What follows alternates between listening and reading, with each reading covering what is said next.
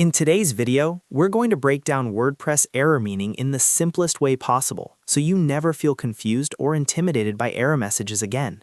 If you've ever seen a 404 page not found, a 500 internal server error, or any strange number pop up on your screen, this video will help you understand exactly what it means and what to do next. Think of WordPress errors like traffic lights. When everything is working, you get a green light and your page loads normally. But when something goes wrong, you hit a red light. That red light is not there to scare you, it's there to guide you. By the end of this video, you'll understand how to read these signals properly. And if this helps you out, make sure to like this video and subscribe to the channel for more simple WordPress tutorials. Let's get started. First, let's understand what an error actually is. In WordPress, an error is just a status code sent back by the server when it can't complete a request.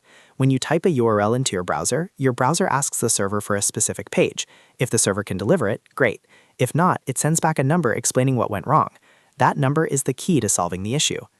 Now let's look at a common example, the 404 error. A 404 error means the server exists, but the specific page you ask for is missing. In simple terms, the house exists, but the room you're trying to enter does not. For example, if you try visiting a page like /mypage and WordPress shows page not found, that means WordPress searched for that content but couldn't find it in the database. So how do we fix it? Go to your WordPress dashboard, navigate to Pages, then click Add New. Title the page exactly My Page again, then click Publish. Now go back to the broken URL and refresh it. You'll see the error disappears. Why? Because the request now has meaning again. The server can now find what you're asking for. The error wasn't random, it was logical. This brings us to the bigger picture. WordPress errors are grouped by numbers. The 400 series errors are typically user errors. That means something about the request was incorrect. Maybe the page doesn't exist, the URL was typed incorrectly, or permissions are blocking access. The 500 series errors are server errors. That means the server tried to complete the request but failed due to a deeper issue, like a plugin conflict, theme problem, or server misconfiguration. Here's the key lesson. Don't fear the number. The number is a map. If you see a 404, start by checking whether the page exists. If you see a 403, check permissions. If you see a 500, disable plugins or switch themes to troubleshoot.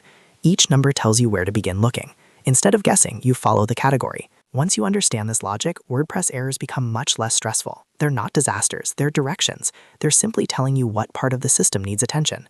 Keep a small cheat sheet of common error meanings if you're just starting out, and over time you'll memorize the most common ones naturally. So now you understand WordPress error meaning in a practical way. Errors are just status codes. 400s usually point to request issues, 500s usually point to server issues, and a 404 simply means the page doesn't exist yet.